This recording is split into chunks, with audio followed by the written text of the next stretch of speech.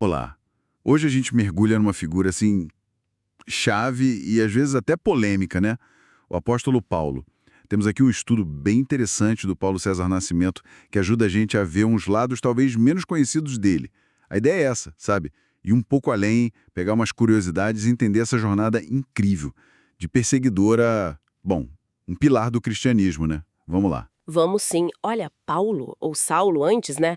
É um caso fascinante de reviravolta mesmo.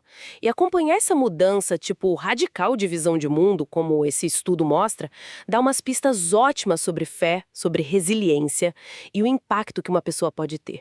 O estudo até fala que ele foi, tipo, forjado no fogo da transformação. Bem forte isso. Certo. Então, para começar, vamos voltar um pouco. Antes dessa virada toda, quem era o Saulo? Ele nasceu Shaul, né? Hebreu, da tribo de Benjamim. E um ponto que o estudo destaca muito é a cidadania romana dele, pois isso era um privilégio enorme na época. E ainda foi aluno de Gamaliel, um mestre da lei judaica super respeitado. Um currículo em tanto. Aham. E era um fariseu, assim, muito zeloso. Só que esse zelo todo levou ele para um caminho complicado, né? Perseguir os primeiros cristãos. Ele estava lá consentindo na morte de Estevão. É pesado pensar nisso. Pesado mesmo. E tem um detalhe que o estudo conecta de forma interessante: a formação dele. Ele ser bilíngue, falava grego e aramaico e conhecer bem as duas culturas, judaica e romana. Isso, segundo a análise, não foi por acaso.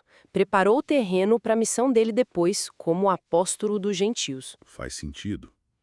Mesmo que na época ele usasse isso para outra coisa, né? Exato. É curioso como habilidades podem ser ressignificadas, né? Totalmente. Aí vem o ponto de virada, a estrada para Damasco. Nossa, é quase cinematográfico. Aquela luz do céu, ele caindo, ficando cego, e a voz, Saulo, Saulo, por que você me persegue?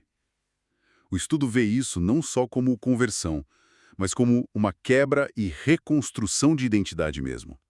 Aqui a coisa fica profunda. Fica assim. O argumento do estudo é que não foi só mudar de ideia, sabe? Foi uma reorientação completa. Paulo via isso como pura graça divina.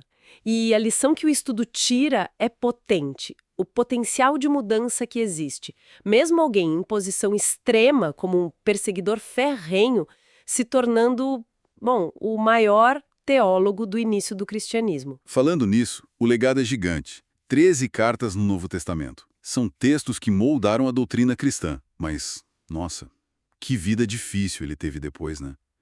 O estudo até lista lá de 2 Coríntios prisões, açoites, apedrejamento, Naufrágios. traições, perigos constantes. É quase inacreditável ler aquilo tudo. Pois é. E mesmo no meio disso tudo, ele solta aquela: combati o bom combate, completei a corrida, guardei a fé. Essa resiliência é um ponto que o estudo foca bastante. Não é romantizar o sofrimento, não, mas é apontar para a convicção absurda que ele tinha.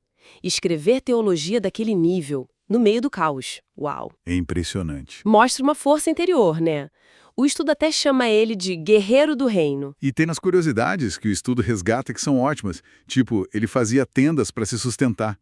Um trabalho manual ali no meio da missão. Sim, isso mesmo. Mostra uma humildade, né? Total. E ele teve visões celestiais tão intensas que ele diz que nem podia contar direito.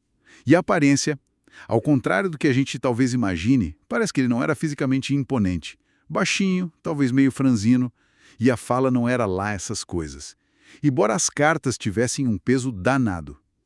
Esse contraste é fascinante. A fragilidade humana que talvez fosse percebida e o poder espiritual que se manifestava. O estudo sugere que onde muitos veriam o limite, ele via propósito. Isso faz a gente pensar onde está a força de verdade, né? Com certeza. E aí, que lições esse estudo tira para a gente hoje? Primeiro, que zelo sem amor, sem direção correta, pode ser destrutivo. A gente viu isso no Saulo perseguidor. Segundo, que a diversidade não é fim de linha. Ele estava preso e escrevendo cartas que mudaram o mundo. A prisão vira o púlpito. Exato. E também a ideia de que a força se aperfeiçoa na fraqueza. Aquela coisa do a minha graça te basta. É uma perspectiva bem diferente da nossa cultura de autossuficiência, né? Muito diferente. E por último, que ser forte não é ser de pedra. Paulo demonstrava emoção, chorava pelas igrejas. Era intenso, passional. Sim, o retrato que o estudo pinta é de um líder, olha, forjado na dor, mas totalmente moldado pela graça. A força dele não era ausência de dificuldade ou de sentimento, era a capacidade de seguir em frente, encontrar sentido. Tudo baseado na fé dele. Então, para a gente fechar, a jornada de Paulo, olhando por essa lente do estudo do nascimento, é uma história incrível de transformação De resistência. e de um pacto que dura até hoje. De Saulo, o perseguidor implacável, a Paulo, o apóstolo que, nossa, enfrentou tudo para espalhar a mensagem. É isso. E fica a reflexão, né? Que o próprio estudo inspira. Se uma mudança tão radical assim foi possível para Paulo, que potencial existe em nós para mudar, para superar, quando a gente encara as nossas próprias fornalhas? Fica aí o convite para pensar qual é o bom combate que cada um